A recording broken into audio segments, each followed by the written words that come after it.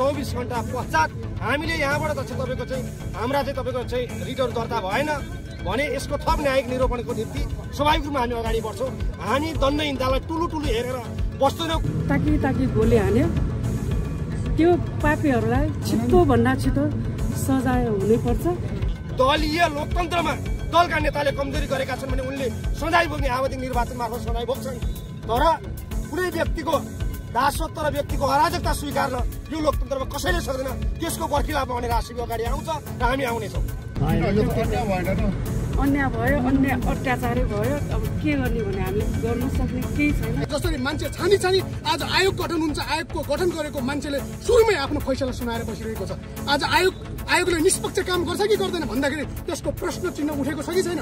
राष्ट्रिय सुरक्षामा खतरा देखिँदैछ, कसको निम्ति जासुसी गरिरहनु भएको छ हो। यो तीनवटा बुँदामा रहेर हामीले जाहेरी दर्ता गरेका छौँ र त्यो विषयमा हामीले भोलि 24 घण्टासम्म उजुरी हाम्रो सम्पदामाथि आगजनी गर्ने, यो देशमा दिन दहाडै मान्छेको जीवज्यान लिने, आज पनि वातावरणलाई त्रसित बनाउने कुनै अनाधिकृत व्यक्ति यो सिंहदरबार छिरेर राज्यका निकायहरूमा छिरेर उर्दी जारी गर्ने यो किसिमको क्रियाकलाप बन्द हुनुपर्छ। हामीले त्यस्ता हुकुमी शासनहरू हिजो पहिला पनि हामीले परास्त गर्यौँ। अहिले त्यो हुकुमी शासन कुनै मान्छेले हुङ्कार छरेकै भरमा, कुनै मान्छेले कुनै कार्यालयमा गएर थर्काकै भरमा यस्तो किसिमको जुन किसिमको चाहिँ एउटा विधिको शासनभन्दा बाहिर गएर जुन अराजकता मचाउने किसिमको खेल भइरहेको छ, यसका विरुद्धमा र हाम्रो जेनजीको नाममा बालबालिकाहरूको हत्या भएको छ।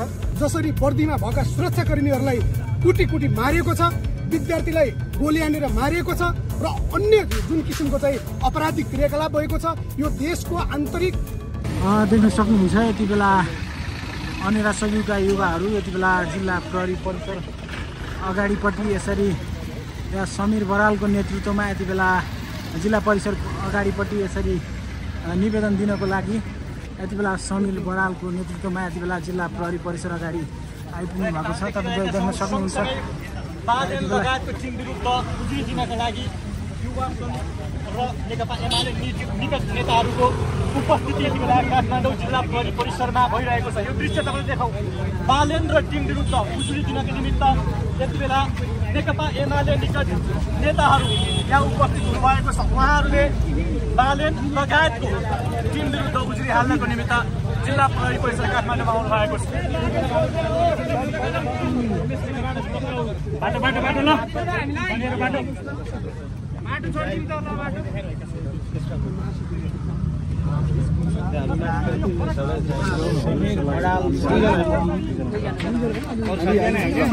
चारजनासम्म जाऊ न।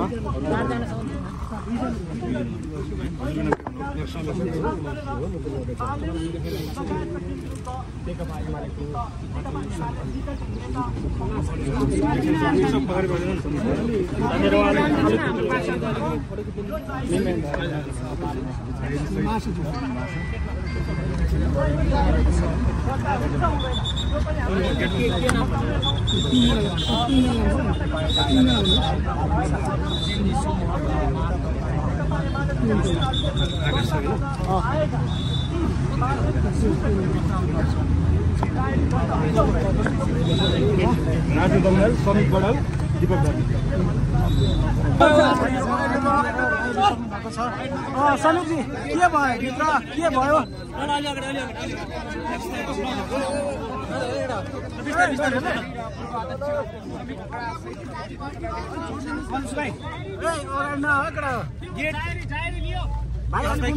के भयो समीरजी के भयो? होइन, हामीले त्यहाँ जाहेरी दिएका छौँ। उहाँहरू 24 घण्टामा हामीले पनि यो सरकारी वकिलसँग सल्लाह गरेर हामी यसको चाहिँ निर्णय दिन्छौँ भन्नु भन्नुभएको छ। हामी कानुनी राज्यको पक्षधर चाहिँ विद्यार्थी सङ्गठनकै भएको नाताले पनि हामीले मुलुकको विधिको शासनको वकालत गर्दै हामी यहाँ आएका छौँ। दण्डहीनतालाई प्रश्रय दिनु हुँदैन भन्नको निम्ति हामी यहाँ उपस्थित भएका हौँ र हामी विनम्रतापूर्वक आग्रह गर्न चाहन्छौँ र सरकारी वकिलसँगको उहाँहरूले परामर्शपछिको चाहिँ निर्णय पछाडि नै हामीले थप हाम्रा चाहिँ निर्णयहरू लिनेछौँ। थप न्यायिक निरूपणको निम्ति जानुपर्छ भने पनि हामी सम्बन्धित छौँ। हजुरहरूले कसको विरुद्ध जाहेरी दिनुभयो? होइन, त्यो विषय हामी अहिले त्यो कुरा तपाईँहरूको बिचमा सार्वजनिक गर्न चाहँदैन। पहिला न्याय चाहिँ त्यहाँ अहिले हामीले विशेष त नेपालको राष्ट्रिय सम्पदाहरू जो चाहिँ तोडफोड भएका छन्, आगजनीहरू भएका छन्। त्यसमा चाहिँ तपाईँको चाहिँ दोषीहरूलाई चाहिँ छानबिनको दायरामा ल्याउनुपर्छ भन्ने हिसाबले नै हामीले त्यसका प्रमाणहरू सहित अहिले हामीले त्यहाँ प्रस्तुत गरेका छौँ। र थप विषय अब अखिलको महासचिव पनि यहीँ हुनुहुन्छ। हामीले चाहिँ थप अखिलले के गर्छ भन्ने विषयवस्तुमा उहाँ चाहिँ बैठक अहिले जुन चाहिँ सञ्चार माध्यममा आइरहेको छ, तपाईँ काठमाडौँ महानगरपालिकाका मेयर बालेन शाह र जेनजीका अभियन्ता अलिकति कुराकानी लिनुहोस् क्या, तपाईँहरूलाई सजिलो हुन्छ। के हो भन्नु त सबै पत्रकार साथीहरू सबैलाई नमस्कार। अलि पछाडि भइदिनु न, अलि पछाडि सबैलाई कस्तो खेलेको यार देश समाज आतंकित छ। सबैले कसको मैले समाए आम नेपाली जनसमुदायले नजिक लिएर सुरक्षाको अनुभूति गर्न सक्नु भएको छैन।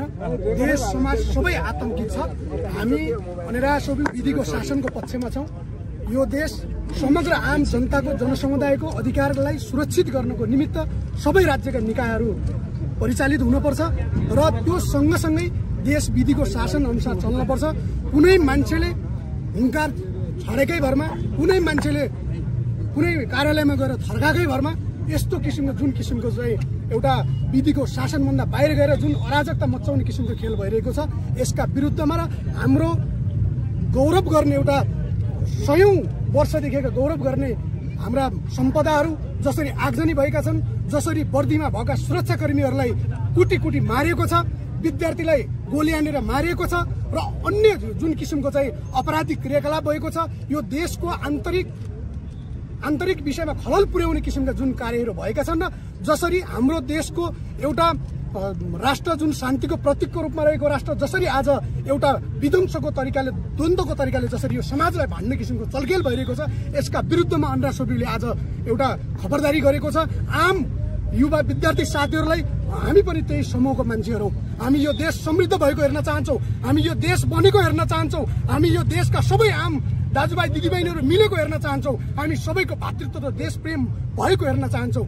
हाम्रा सम्पदाहरूलाई ध्वस्त पारेर खरानी बनाएर खरानी लाएर जसरी आज व्यापार हुँदैछ, यसको पर्खिलाममा तपाईँ हामीले आवाज उठाउनु पर्छ भनेर हामी आज यो आवाज उठाउन यहाँ आइसकेका छौँ। हामीले सबै हिसाबले आज त्यो मात्रै होइन, सबै हिसाबमा सुरुका दिनदेखि हामीले संविधानमाथि जसरी धावा बोल्न खोजियो त्यसका विरुद्धमा पनि हामीले प्रोटेस्ट गर्यौँ। साथीहरूलाई, आम जेनजीका साथीहरूलाई जसरी त्यो किसिमको एउटा चाहिँ अट्याक हुने किसिमको उहाँहरूलाई चाहिँ रगतको चाहिँ कमी हुने किसिमको हामीले रक्तदान कार्यक्रम गर्यौँ। लगायत हाम्रा साथीहरू, हाम्रो पुस्ताको साथीहरू हो, उहाँहरूलाई पनि जसरी गोली लाएर चाहिँ त्यो उहाँहरूको जीवज्यानको क्षति भएको छ, त्यो बेठिक छ भन्ने किसिमले हामीले त्यसमा पनि वक्तव्य गर्यौँ र उहाँहरूप्रति श्रद्धाञ्जली गर्ने कार्यक्रमहरू गर्यौँ। यी सबै कुरामा हाम्रो उजुरी, हाम्रो सम्पदामाथि आगजनी गर्ने, यो देशमा दिन दहाडै मान्छेको जीवज्यान लिने, आज पनि वातावरणलाई त्रसित बनाउने कुनै अनधिकृत व्यक्ति यो सिंहदरबार छिरेर राज्यका निकायहरूमा छिरेर उर्दी जारी गर्ने यो किसिमको क्रियाकलाप बन्द हुनुपर्छ। हामीले त्यस्ता हुकुमी शासनहरू हिजो पहिला पनि हामीले परास्त गर्यौँ। अहिले त्यो हुकुमी शासन सुरु हुनु हुँदैन र कुनै पनि क्रियाकलाप गर्दाखेरि आज दलीय संरचना बाहिर छ। उहाँहरू सरकारमा हुनुहुन्छ, उहाँहरूले जनताको मन जित्ने काम, जनताको अनुकूल हुने काम सबै किसिमको गर्दा हुन्छ। तर जसरी मान्छे छानी आज आयोग गठन हुन्छ, आयोगको गठन गरेको मान्छेले सुरुमै आफ्नो फैसला सुनाएर बसिरहेको छ। आज आयोगले निष्पक्ष काम गर्छ कि गर्दैन भन्दाखेरि त्यसको प्रश्न चिन्ह उठेको छ कि छैन, तपाईँ हामीले सबैले बुझ्नुपर्छ। जो आयोगको प्रमुख बनाएको छ, छानबिन आयोगको अध्यक्ष बनाएको छ, ऊ मान्छेले पहिल्यै मान्छेलाई दोषी करार गरेर चाहिँ यो किसिमको यो राज्यमा यही किसिमको छानबिन हुन्छ, यही किसिमको न्याय हुन्छ, यही किसिमको सुशासन हुन्छ, यही हुन्छ आम नेपाली समुदायले खोजेको यही हो। हामी सबै जनताले चाहिँ यो राज्य भएको अनुभूति गर्ने। त्यसैले हामीले जसरी यो सम्पदामाथि जसरी आगजनी हामीले दर्ताको प्रक्रिया छौँ। उहाँहरूले सरकारी चाहिँ वकिलसँग हामी सल्लाह गरेर चाहिँ गर्छौँ। होइन, हामीले दुईटा तपाईँलाई भने विशेष त हामीले आज चाहिँ तपाईँको चाहिँ जेनजीको नाममा बालबालिकाहरूको हत्या भएको छ। हामीले चाहिँ कसैप्रति यहाँ पूर्वाग्रह राखेका छैनौँ। नेपालको राष्ट्रिय सम्पदाहरू चाहिँ तपाईँको चाहिँ जलेका छन्, सिंहदरबार जलेको छ, अदालतहरू जलेका छन्, प्रहरी भवनहरू जलेका छन्, प्रहरीहरू मारिएका छन्। ती व्यक्तिहरू माथि छानबिन हुनुपर्छ भनेर हामीले प्रमाणहरू सहित त्यहाँ हामीले बुझाएका छौँ। र अर्को विषय हामीलाई शङ्का छ, हाम्रा डाटाहरू मागिँदैछ, कसका निम्ति मागिँदैछ र आज राष्ट्रिय सुरक्षामा खतरा देखिँदैछ, कसको निम्ति जासुसी गरिरहनु भएको छ हो। यो तीनवटा बुझामा रहेर हामीले जाहेरी दर्ता गरेका छौँ र त्यो विषयमा हामीले भोलि 24 घण्टासम्म उहाँहरूको निर्णय हामी कुर्नेछौँ। उहाँहरूले हामीलाई त्यही वचन दिनुभएको छ। सरकारी वकिलसँग सल्लाह गरे पश्चात हामीले यसमा हामीले स्पष्टका साथ भनेका छौँ, तपाईँहरूले दर्ता गर्नुहुन्न भने पनि दरपिट गर्नुहोस् अथवा हामीलाई निस्सादिनुहोस् भनेर भन्नुभएका छौँ। होइन, हामीले सल्लाह गर्छौँ। हाम्रो पनि कानुनी चाहिँ तपाईँको आधारहरू चाहिँ टेकेर तपाईँहरूको विषयमा निर्णय लिन्छौँ भनेर उहाँले जब भनिसके पश्चात हामीले त्यो कुरा स्वीकारेका छौँ। 24 घण्टा पश्चात हामीले यहाँबाट चाहिँ तपाईँको चाहिँ हाम्रा चाहिँ तपाईँको चाहिँ रिटहरू दर्ता भएन भने यसको थप न्यायिक निरूपणको निम्ति स्वाभाविक रूपमा हामी अगाडि बढ्छौँ। हामी दण्डहीनतालाई ठुलो हेरेर बस्दैनौँ कुनै व्यक्तिको, किनकि हिजो हामीले त्यही व्यक्तिको शासनको निम्ति नै लडेर लोकतन्त्रको स्थापना गरेका हो। दलीय लोकतन्त्रमा दलका नेताले कमजोरी गरेका छन् भने उनले सधैँ भोग्ने आवधिक निर्वाचन मार्फत सधैँ भोग्छन्। तर कुनै व्यक्तिको दासत्व र व्यक्तिको अराजकता स्वीकार्न यो लोकतन्त्रमा कसैले सक्दैन। त्यसको बर्खिलापमा भनेर आसिबी अगाडि आउँछ र हामी आउनेछौँ।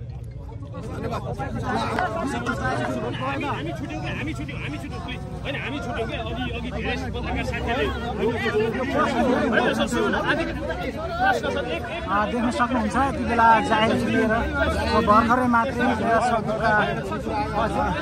नेताहरू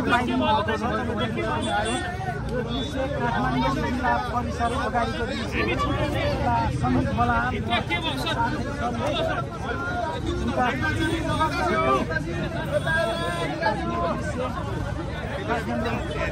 जिल्ला परिसर अगाडिको दृश्य हो।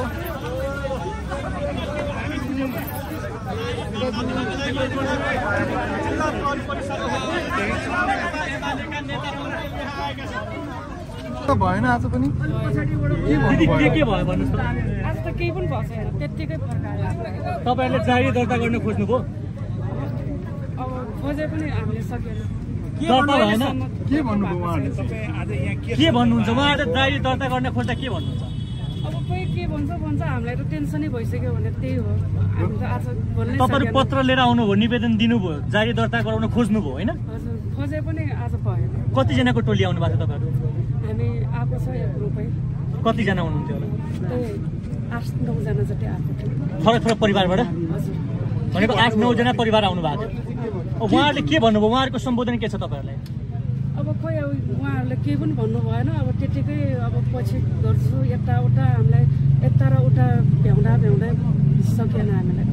तपाईँले के हुन्छ जारी चाहिँ को विरुद्ध दिनुभएको? खोइ मलाई त्यो पनि थाहा भएन। थाहा छैन। मेरो भाइ विनोद महर्जन जुन जस्तै मेरो भाइ जस्तै आन्दोलनमा परेर शहीद हुनुभएका मेरो भाइ बहिनीहरूको शहीद हुने भाइ बहिनीहरूलाई म श्रद्धा व्यक्त गर्न चाहन्छु। जुन मेरो भाइ बहिनीहरूलाई देशको लागि बलिदान दिने मेरो भाइहरूको लागि ताकि गोली हान्यो, त्यो पापीहरूलाई छिटोभन्दा छिटो सजाय हुनैपर्छ। त्यसको लागि हामी पनि तयार छौँ, जे गर्न पनि हामी पनि तयार छौँ। पापीहरू भन्नाले कसलाई इन्गित गर्न खोज्नुभएको? अब त्यो जुन हाम्रो भाइ बहिनीलाई गोली हान्यो आदेश दिने त्यो पापीहरूलाई चाहिँ छिटोभन्दा छिटो इटाली जाहेरी चाहिँ कसको विरुद्धमा दिन लाग्नु भएको थियो तपाईँहरू? हुनु पर्यो, त्यही भन्न चाहन्छु। त्यही माग राखेर प्रहरीकोमा आउनुभयो अहिले? हजुर, त्यही माग राखेर छिटोभन्दा छिटो हाम्रो भाइहरूलाई न्याय दिनु पर्यो, त्यही भन्न चाहन्छु।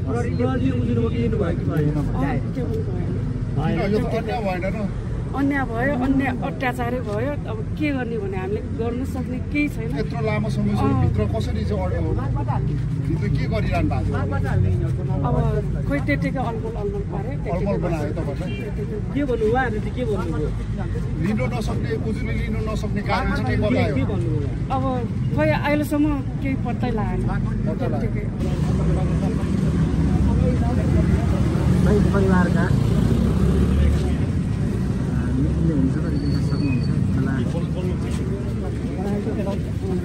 दिदी के भन्नु?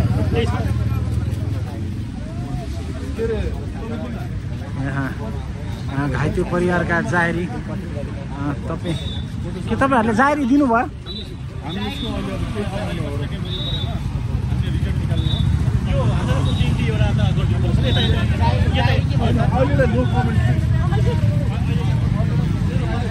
सक्नुहुन्छ यति बेला जाहेरी दिएर निक्लिसक्नु भएको छ। यहाँ जेएनजी युवाहरू पनि हुनुहुन्छ साथमा।